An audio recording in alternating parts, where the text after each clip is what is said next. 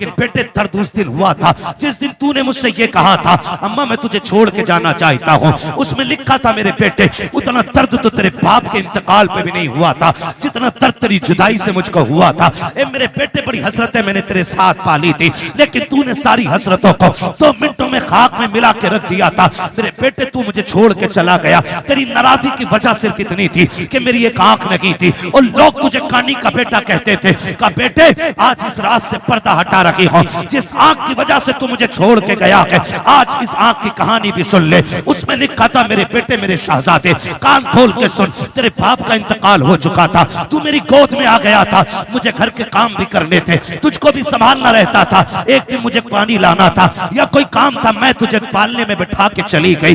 मैं काम से गई लेकिन इत्तेफाक ये कि तू जिस पालने में लेटा हुआ था उस पालने के नीचे कील पड़ी हुई थी। अचानक तूने उछाल मारी और पालने से नीचे आ गया। बेटे मैं तो काम में थी, न जाने वो कौन सी मनहूस घड़ी थी जो तेरी आंख में कील लगी। मैंने तेरी चीख सुनी, दौड़ के आ गई। बेटे मैंने तेरी आंख में कील देखी, मैं बेकरार होकर डॉक्टर के पास लेकर के गई। मैंने डॉक्टर से जाके कहा था डॉक्टर मेरे बेटे की आंख में चोट लग गई है। उसने जब कील देखी मुझसे कहा अफसोस तेरा बेटा जिंदगी में कभी देख नहीं पाएगा।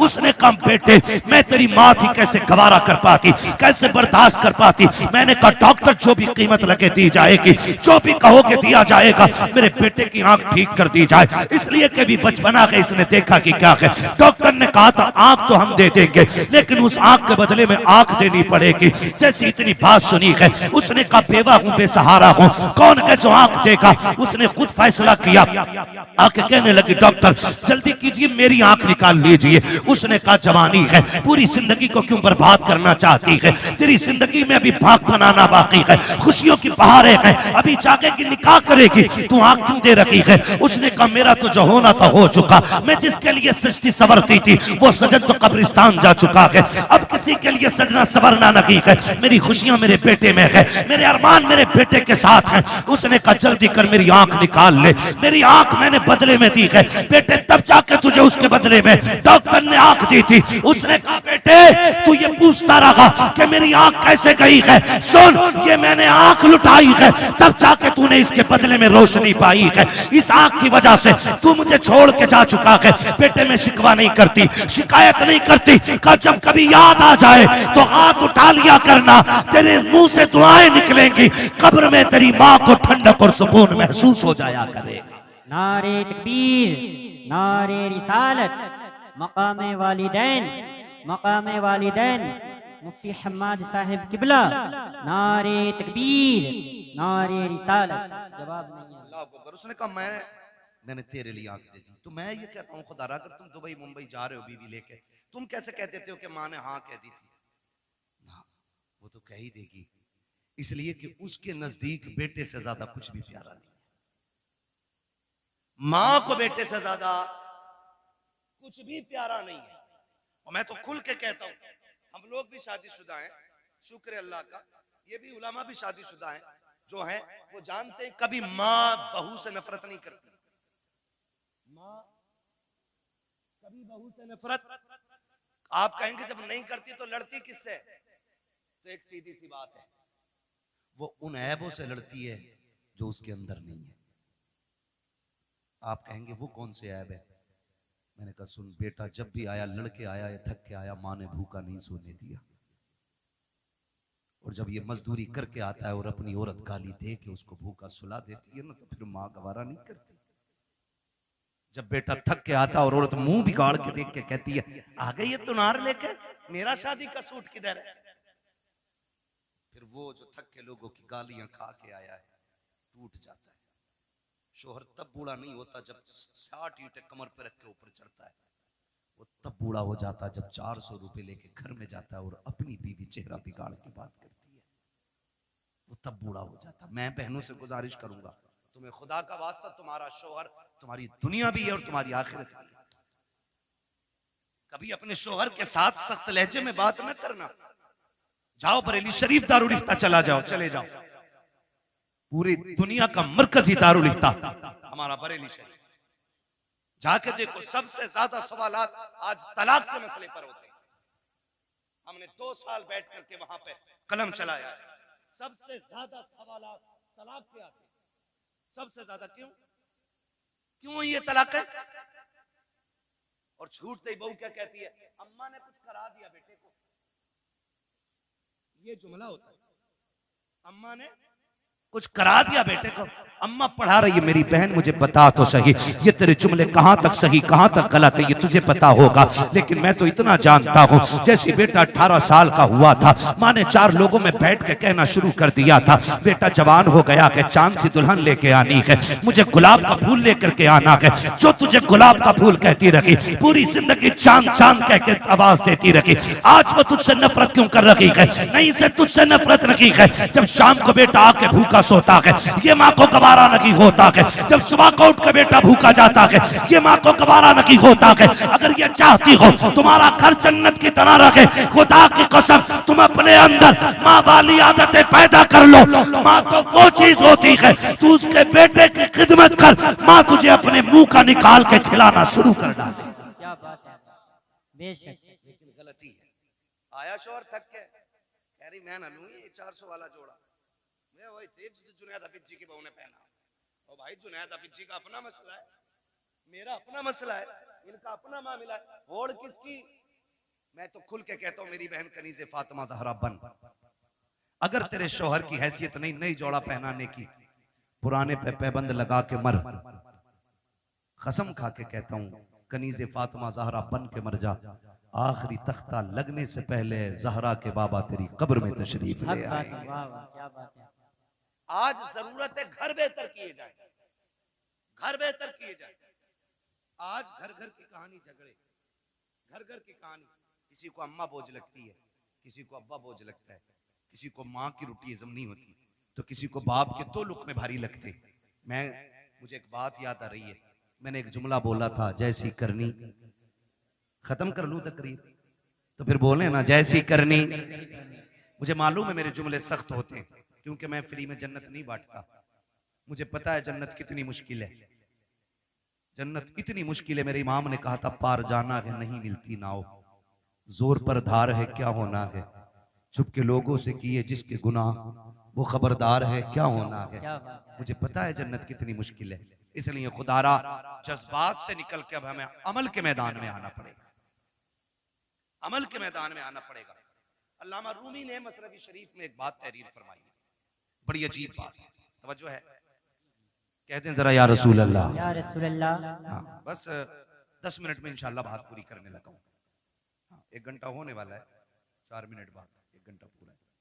अल्लाह आपको सलामत रखे। मैं कोशिश कर रहा हूँ कि 4 मिनट से ऊपर थोड़ा सा चला जाए, 5 मिनट ज्यादा हो जाएंगे, लेकिन मैं बात बताना चाहता हूँ, खुदा करे ये बात दिल में उतर जाए। मैंने एक जुमला बोला था, जैसी करनी वैसी भरनी। अल्लामा रूम मसनवी शरीफ में तहरीर फरमाते हैं, एक बीवी ने अपने शोहर से शिकायत की, उसने कहा कि तुम्हारे बाप की खांसी सोने नहीं देती। ए बेटे तवज्जो कर थोड़ा सा, मालूम है ठंड ज्यादा हो रही है। उसने शिकायत की कि तुम्हारे बाप की खांसी ना बर्दाश्त नहीं होती। उसने कहा तुम तो मेरे जिगर का टुकड़ा हो, तुम्हारे लिए बाप क्या, मैं कुछ भी छोड़ सकता हूं। उसने बाप को उठाया, अगले दिन बिस्तर उठा के वहां डाला, बाप का बिस्तर जहां जानवर बनते थे। मसनवी शरीफ में अल्लामा रूमी ने लिखा है, वहां डाला जहां जानवर बनते थे। कहने लगा अब्बा आज के बाद यहीं रहना है। बाप था, उसने कहा ठीक है जी मंजूर है। तो बच्चे, उसने एक पुराना सा कंबल उठा के लाया घर से और पुराना कंबल बाप के ऊपर डाल दिया। आज भी जाओ घर चेक करो, ये जो बाहर निकल के फतवेबाजी करते हैं ना, और बाहर निकल के दीन बांटते घूम रहे हैं, जो तनकीदें करते हैं ना चौक में खड़े होकर इमामों पे और मौलवियों पे, जाके देखो अपने आप तो रेशमी कंबल में सो रहा होगा और अपने बाप के पास वही रजाई होगा जिसमें चांद साफ नजर आ जाए। ये कंडीशन है, अमल से बिल्कुल खाली है। ये लगता है कि बस ये बोलना जो है ना यही जन्नत ले जाए। अमल मजबूत कीजिएगा, हम सबको अमल मजबूत करना है। अल्लामा रूमी लिखते हैं, उसने पुराना सा कंबल बाप के ऊपर डाला और साथ में उसका अपना बेटा भी गया था। हाथ पकड़ के पलटाना, बेटे ने बाप पलट के दादा को देखा, कुछ याद आया उसे, उसने बाप से हाथ छुटाया और दादा की तरफ गया। जो कंबल दादा के कंधे पे रखा था ना वो उतारा उतारने के बाद पैर के नीचे रखा, उसके दो टुकड़े किए, दो टुकड़े करके आधा दादा के कंधे पे डाला, आधा अपने। अब्बा चूंकि नौकरी वाला था, पैसे वाला था, अब्बा ने कहा ये क्या बदतमीजी है, तेरे लिए मखमली लिबास है, अच्छे बिस्तर है, तू ये क्यों लिए जा रहा है? उसने कहा देखा ना भैया मैंने। कहा क्या? कहा दादा बूढ़े हो गए तो आपने पुराना कंबल इनको दिया है, मैं हिसाब लगा रहा हूं कल आप बूढ़े होंगे, जैसे आपने दादा को यहाँ ला के डाला मैं कल आपको यहाँ लेके आऊंगा। तो उसने कहा शायद कल पुराना कंबल ना हो। उसने कहा आधा फाड़ के लेके जा रहा हूं, आधा दादा का है और आधा आपका है। इतना सुना ना उसकी चीख निकल गई। उसने कहा सच है, जैसी करनी वैसी, जैसी करनी वैसी करनी।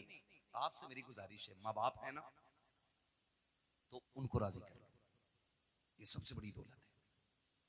कोई पीर तुम्हें जन्नत नहीं देगा अगर माँ बाप नाराज है। पीर तो क्या यार, मैं कहता हूं बगदाद चले जाओ, बड़ा पीर भी जन्नत नहीं देगा अगर माँ बाप नाराज है। जाओ हरम तक चले जाओ, अगर घर का बाप राजी है तो खुदाए पाक राजी है, बाप नाराज है तो खुदाए पाक भी नाराज होता है। बड़ी बात होती है। आज माँ बाप हैं तो कदर करो। कह रहा हाजी जी हैं, प्रधान हैं, अब्बा को मुखिया, बाप को बाप कहा करो, अब्बा कहा करो, माँ को माँ कहा करो, इन्हें वक्त दिया करो। आज इनके जुमले सख्त होते हैं। कह रहा मौलाना बस करो, तुम मेरे अब्बा को जानते ना, बहुत खड़ूस है मेरा अब्बा, ये जुमले बोल रहा है, मेरा अब्बा बहुत खड़ूस है, सीधी कहो तो उल्टा ही बोलता है। मैं कहता हूं जालिम तूने बाप को समझा ही नहीं, कभी बाप अपने लिए जीता ही नहीं, वो तो जीता ही औलाद के लिए। ये उस दिन समझोगे जिस दिन तुम्हारे पास बेटे होंगे और तुम्हारा बेटा उंगली पकड़ के कहेगा ना अब्बा मुझे ऐसे जूते चाहिए जैसे फलां ने पहने, और तुम्हारी जेब में कौड़ी नहीं होगी ना, तब तुम्हें अपने बाप की परवरिश का जो दौर है ना वो याद आएगा। आज हमारे पास बाइक है, 4 व्हीलर है, लेकिन बाप को बैठाने के लिए वक्त नहीं है, बाप को बैठाने के लिए वक्त नहीं है। और वो तो तब लेके हमें चला जब लोग उस दौर में साइकिल का तसव्वुर भी नहीं करते थे, जब गाड़ियां नहीं थी। 4 किलो मेले की जिद कर दी हमने, जाने 4 किलोमीटर तक बाप कंधे पे लेके जाता था। एक बार रास्ते में उसने नहीं कहा बेटे मैं थक गया हूं थोड़ी देर चल ले, उसने कंधे तो बदले गए लेकिन पैर नहीं बदले थे, उसने कंधा बदला गए लेकिन हक नहीं बदला था। वो तुझे लेके चलता रहा, जितने कांटे लगे अपने लिए उसने, जितनी मुसीबतें आई खुद संभाली उसने। आज उस बाप को 10 रुपए की दवा की जरूरत होती है, बेटा पर्चा पकड़ के कहता है किस डॉक्टर ने लिखी है दवा, इतनी महंगी दवा कौन देता है? खुदा की कसम खा के कहता हूँ लोग बातें करते हैं, अब खून जाम हो जाता है, बूढ़ा हो गया है बाप, हार्ट अटैक से मर गया, और मैं तो खुल के कहता हूँ बाप का खून कल भी गर्म था आज भी गर्म है, आखिरी सांस तक गर्म रहता है। इसको ठंडे ने नहीं मारा है, इसको खून के जमने ने,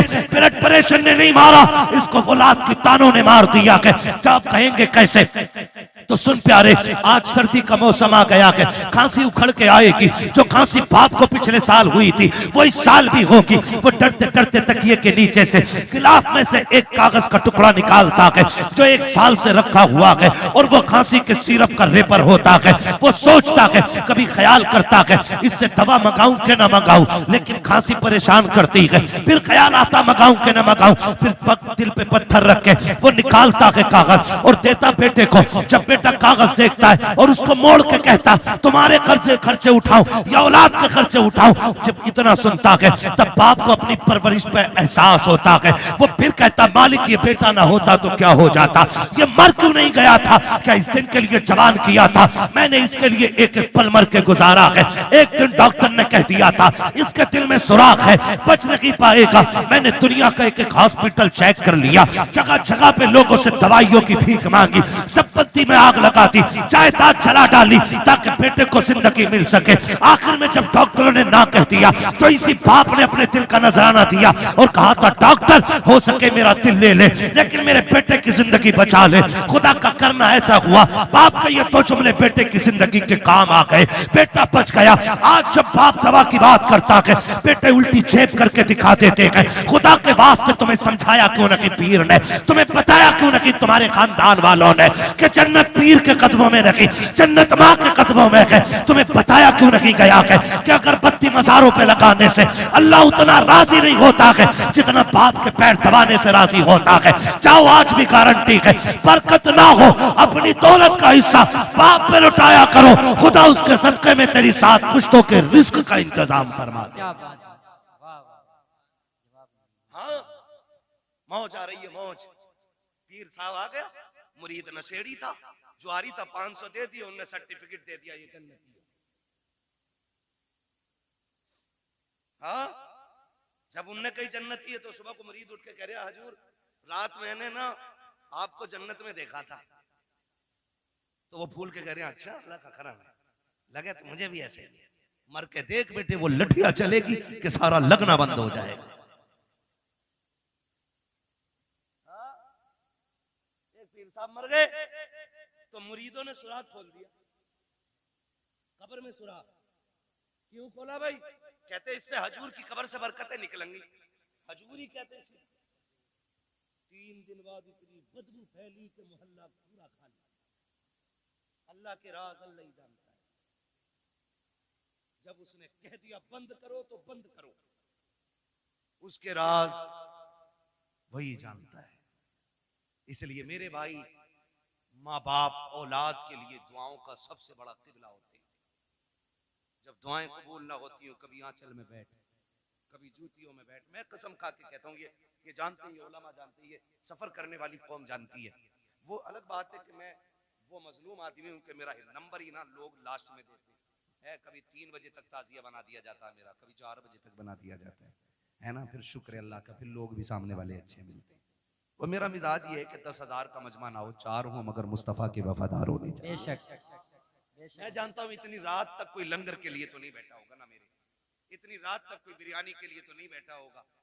कोई तो बात है जो हुजूर ने आपको आखिर तक बैठा रखा है। कोई तो मसला है ना, कोई तो बात अच्छी लगी आपकी जो अभी तक आपको बैठा रखा है। तो हम लोग सफर करते हैं, हम लोग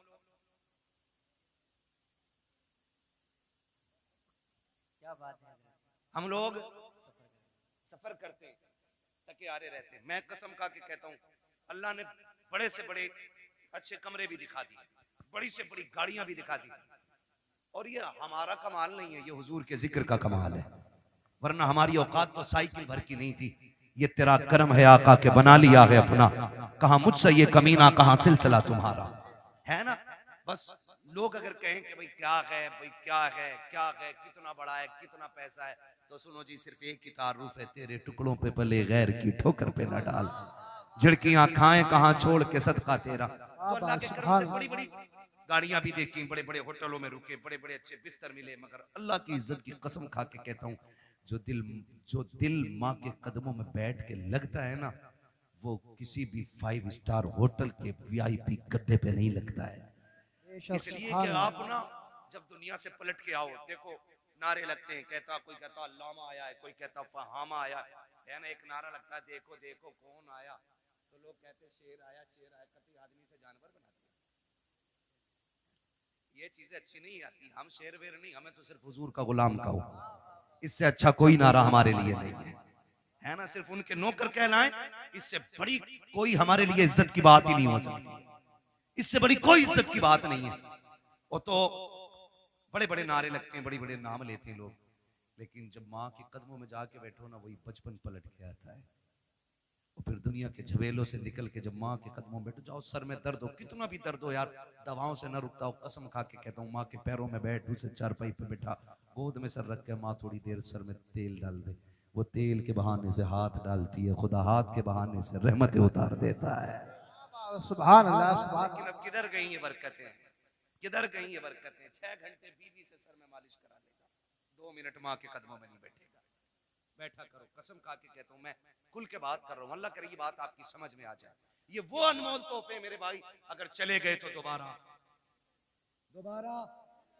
चले गए तो दोबारा नहीं आएंगे। ये बड़े तोहफे हैं, इनकी कदर कर लो, है ना। कभी माँ के साथ बैठा करो, खाना खाने बैठा करो, लोग चारों तरफ से लग जाते हैं, हजरत ये लो, ये बोटी लो, ये बोटी लो, हटाओ यार। कभी माँ के हाथ से न छुकी चटनी, पानी लगी रोटी से खा, अल्लाह उस चटनी की रोटी में मुर्ग मुसल्लम से ज्यादा जायके अता फरमा देता है। ये करो और इसके लिए नसीब चाहिए, इसके लिए नसीब चाहिए, इसके लिए, इसलिए कि दौलत मेहनत से मिलती है, माँ बाप नसीबों से मिला करते, माँ बाप नसीबों से मिला करते। इनकी कदर करें, इनकी इज्जत करें। जब दुआएं कबूल ना होती हो इनके तलबों में जाके बैठे, फिर इनसे हाथ उठवाएं, हाथ इनके उठ जाएंगे, करम मदीने वाले का हो जाएगा।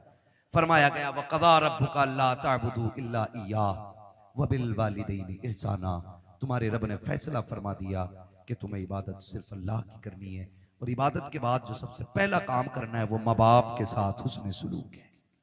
गोया मशीयत ये है रब की कि रात भर इबादत करो, सुबह मुंह बिगाड़ के माँ को देख लो, मैं तेरी सारी इबादत तेरे मुंह पे मार दूंगा।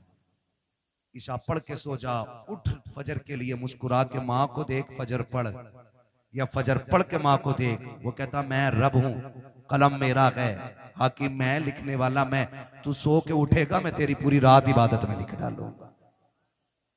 करेंगे इंशाल्लाह ये काम, इज्जत करेंगे माँ बाप की, इनसे ऊंचे लहजे में बात करेंगे।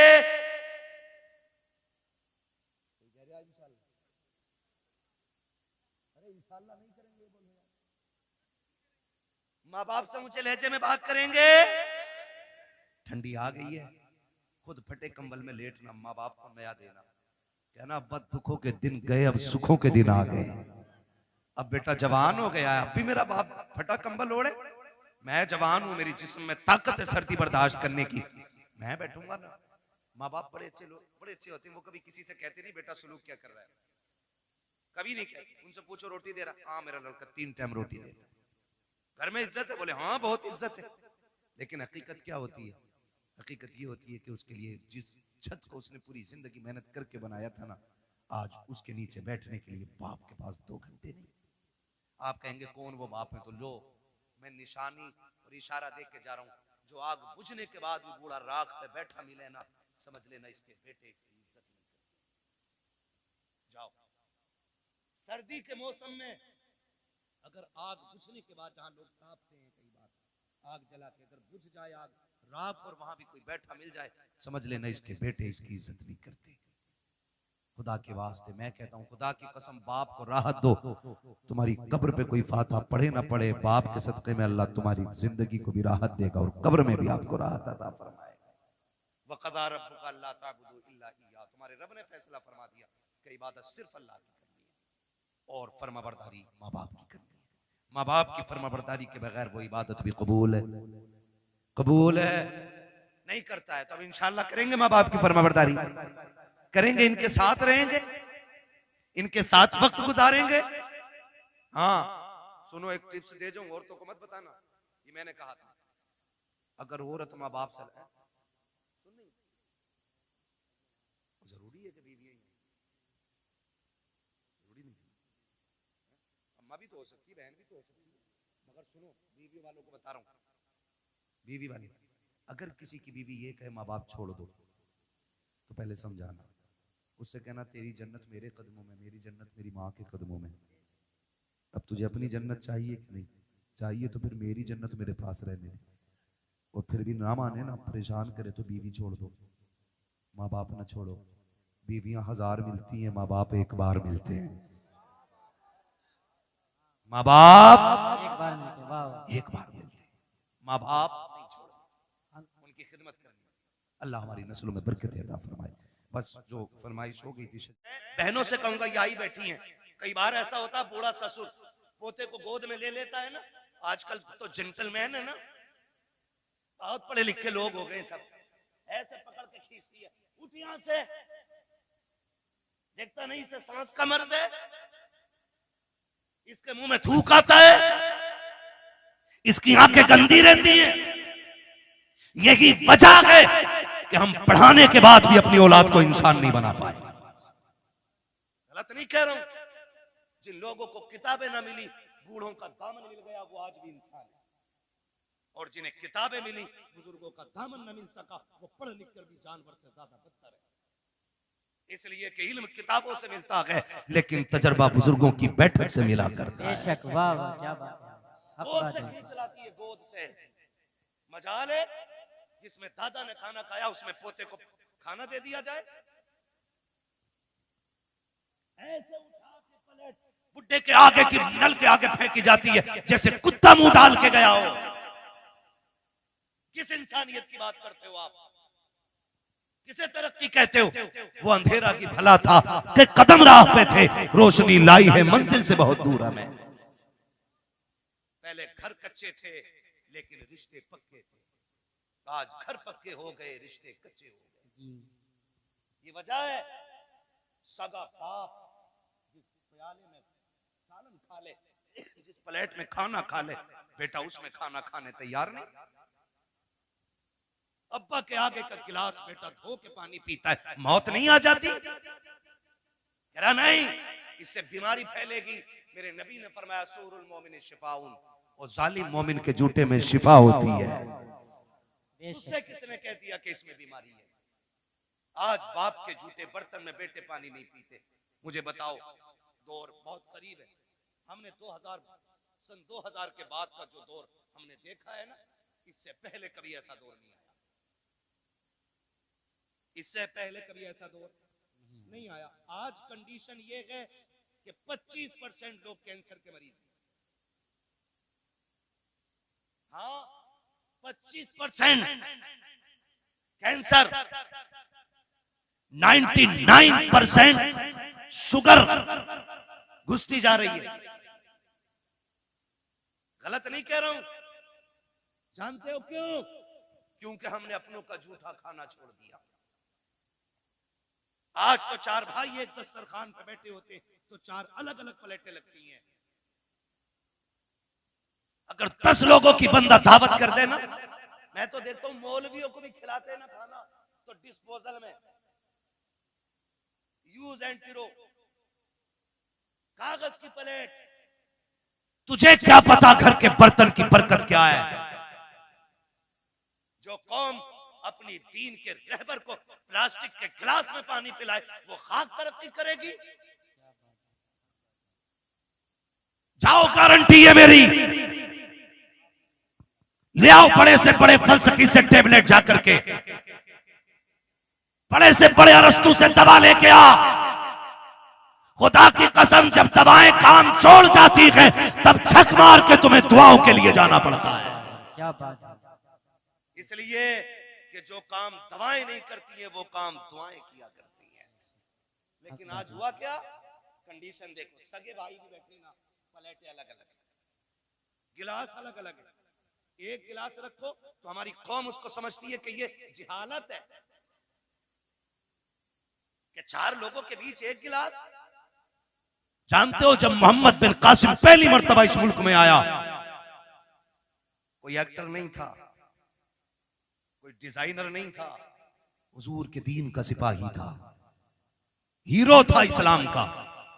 आकर के जब अपनी बेटी को आजाद कराया था ना, बहन को, और खाना खाने के लिए पहली बार मुसलमान इस मुल्क में बैठे थे ना, तो लोग मुड़ मुड़ के देख रहे थे ये खा कैसे रहे हैं। जबकि उस वक्त दस्तूर ये था कि कोई किसी की तरफ मुंह करके नहीं खाया करता था, एक दूसरे से पीट करके खाना खाया करते थे। जब मोहम्मद बिन कासिम पहली मर्तबा इस मुल्क में आए थे, आने के बाद जब फतह की थी, बहन बेटी की आबरू बचाने के बाद जब खाने के लिए बैठे थे, और एक बर्तन में पूरी जमातें बैठी हुई थी, एक एक बर्तन में 6-6 लोग बैठे थे। लोग हैरत से देख रहे थे ये कौन सी है कि एक बर्तन में एक साथ खा रही है। तब मसीयत का नकीब कह रहा था, तुम वो हो जो निजाम अपने खुद बनाते हो, ये वो है जो खुदा का निजाम लेके आगे बढ़ रहे हैं। क्या बात है। जब से हमने खुदा का निजाम छोड़ा, हम बर्बाद हो गए। अपने बड़ों की इज्जत करना, उनकी गोद से बच्चे न छीनना हक है, उनका हक है। और तू होती कौन है बच्चे छीनने वाली? हक क्या है तेरा छीनने का? तू माँ है, वो दादा है। तू बाद में आई है, दादा पहला है। अगर दादा ना होता तो तू भी इस घर में नहीं होती। मगर इसी को जो है ना, हमारे लोग, हमारे भाई उल्टा बच्चों से कहते हैं, हाँ हाँ सही तो कह रही तुम्हारी अम्मी, जाना मत, अब्बा के झूठा खाना मत। तुझे पता है जब बंदा 70 पार कर जाता है ना और उसके पैर कांपने लगते हैं, हाथ नहीं काम कर पाते हैं, नजर पूरी नहीं देख पाती है, चप्पल जूते ढूंढने लग जाता है, लाठी टटो टटो के पकड़ता है ना, तब खुदा आवाज देकर कहता फरिश्तों खबरदार, अब इसके अमाल से कलम गुनाहों के एतबार से उठा लिया जाए, अब इससे खता भी हो जाए तो खता न लिखना, इसलिए कि अब मेरा बंदा दुनिया तनहा छोड़ गई है, अकेला रह गया है, अब मेरी रहमतों का सहारा है। देखते नहीं हो फरिश्तों, कोई जूती चुरा रहा है, कोई लाठी छुपा देता है, किसी को थूक से नफरत है, किसी को इसके मुंह से नफरत है, कोई इसकी आंखों से घिन कर रहा है, अब दुनिया ठुकरा गई है, देख ये सिर्फ मेरी रहमत के सहारे है। खुदा की कसम, ऐसे बंदे जब दुनिया से जाएंगे, अल्लाह कयामत के दिन बड़े बूढ़े को बुलाएगा और बुला के पूरे परिवार को इकट्ठा करेगा, फिर उस बड़े बूढ़े से पूछेगा बता इनको पहचानता कि ये कौन है? वो कहेगा हाँ ये मेरी पोती लगती है, ये मेरा पोता लगता है, ये मेरा बेटा है, ये मेरा देवता है, ये मेरी बहू है, ये मेरा भतीजा है। उसके बाद रब फरमाएगा बता इनका मामला तेरे साथ क्या था? वो ये कहेगा मालिक इसको मेरे जूते से नफरत थी, ये मेरे बिस्तर से घिन करता था, इसको मेरे कपड़े से नफरत आती थी, ये मेरे छोड़े हुए खाने को हाथ नहीं लगाता था। रब फरमाएगा सुन, आज जिनमें से जिसको तू कह देगा मैं उसे जन्नत दूंगा। वो बूढ़ा कहेगा क्यों? कहेगा मैं जमाने को बताना चाहता हूँ जिससे तुम कुछ नहीं समझते हो, रब ने आज महशर में उसे शफाअत का इख्तियार अता कर डाला है। क्या बात है, जवाब नहीं, माशाअल्लाह। इज्जत करो अपने बड़े बूढ़ों की, वरना याद रखना जैसी करनी जोर से जैसी करनी वैसी करे। छोड़ो बुड्ढों को यार, बड़ा रहने दो, इन्हें क्या पता है। अब 5G का दौर है, बुढ़े के दौर में कोई भी जी नहीं था। खुदा की कसम कोई जी था या ना था, लेकिन इस बुड्ढे के दौर में अदब जरूर था। अदब जरूर था। मेरी जेब पे अगर कलम लग गया ना तो सफेद बालों वाला भी आ जाए तो मैं क्यों उठूं? तो कलम लगा के बैठूं भाई, मैं तो हजरत हूं, मुझे तो लोग हुजूर भी कहते हैं, तो मैं ये लेके बैठ जाऊं? ये हुजूर का दीन नहीं, ये हुजूर का दीन। मिटा दे अपनी हस्ती को अगर कुछ मर्तबा चाहे, कि दाना खाक में मिलकर गुले गुलजार बनता है। जिन्हें झुकना नहीं आता उन्हें उठना, उन्हें उठना उठना वही जानते हैं जो झुकना जानते हैं। मौलाए कायनात शेर खुदा फरमाते हैं अगर तवाज़ु और इंकिसारी की वजह से किसी की इज्जत कम हो जाए तो कयामत में मेरा गरेबान पकड़ लेना। झुकने वाले लोग कभी छोटे नहीं होते। तूफान आता है, हवा तेज चलती है, तो जो हवा के साथ कभी कभी झुक जाते हैं वो कभी उखड़ते हैं। जो अकड़े रहते हैं वो, जो अकड़ जाते हैं वो जोर से वो उखड़ जाते हैं। हमारे हिस्से की क्रीम इतनी मद्दी तो नहीं हो सकती ना कि बोल ना पाए। मुझे उम्मीद है वही बैठा होगा जिसमें दम होगा। जो अकड़ जाते हैं वो उकड़ जाते हैं। तो मैं क्या बात अर्ज कर रहा था आपसे, उसने भाई ये टंटना मंटना ना करो यार, बोलने दो थोड़ी सी तवज्जो है ना सारे लोगों। बच्चे ने क्या कहा कि अब्बा घर पे नहीं है, उसने लिपटा लिया सीने से, बच्चा छुड़ा के भागा, मां चली गई।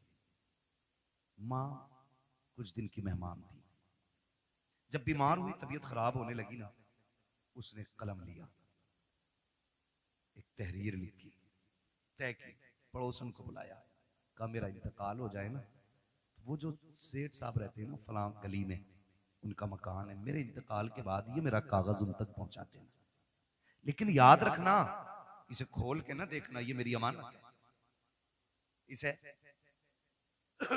खोल के ना देखना, ये मेरी अमानत है। इतना कह के उसने दिया। कुछ दिन गुजरे कि उसका इंतकाल हो गया, मां मर गई। कुछ दिन के बाद उस औरत को ख्याल आया ये जो बूढ़ी गई है ना, इसने कागज भी तो दिया था, जो फला अमीर के घर जाके देना था, उसने वो कागज लिया, लेकर के दरवाजे पे गई। अल्लाह अकबर, दस्तक दी, आवाज आई, बच्चा निकल के आया। फिर वही बच्चा कौन है, कहा कि जाओ तुम्हारे बाप से मिलना है, उनको भेजो। कहा, उसने पूछा कौन है, कहा औरत है। कहा आंखें कैसी, कहा आंखें तो सलामत है। उसने कहा फिर मेरी माँ तो नहीं होगी। ये सोच के दरवाजे पे आया, देखा एक अजनबी औरत को खड़े देखा। खातून कैसे आना हुआ, कोई जरूरत कुछ लेने आई हो? कहा नहीं। कहा फिर? कहा ये मेरे पास तेरी अमानत रखी हुई है। कहा मेरी अमानत? कहा हाँ। उसने जैसी वो कागज लिया और उसके लिफाफे को देखा ना, उसने उसमें माँ का नाम पढ़ा हुआ था। बस लेके अंदर आया, उसको लेके खोल के बैठ गया। जब उसने खत खोल करके पढ़ना शुरू किया ना, अजीब कहानी थी, चीखें निकल जाती। उसने लिखा जो पढ़ा है, माँ ने लिखा था, मेरे शहजादे मैं तुझसे कई बार मिलने की कोशिश की, लेकिन तूने मिलना नहीं चाहा। मेरे बेटे, मैं तेरी बुलंदी और तेरी तरक्की के लिए तुझसे दूरी बर्दाश्त करके वक्त गुजारती रही। बेटे मैं शिकवा कोई नहीं कर रही हूँ, शिकायत कोई नहीं, मेरी तो कट गई जैसी भी कटनी थी, लेकिन बेटे एक दर्द मेरे सीने में था, एक एहसास था बेटे, जब तेरे बाप का इंतकाल हुआ तू मेरी गोद में था। दुनिया ने मुझसे कहा था निकाह कर ले, जवान है, मगर मैं तेरी जिंदगी के लिए मैंने अपनी हसरतों को कुर्बान कर दिया, अपनी जवानी मैंने तेरे लिए लुटा दी।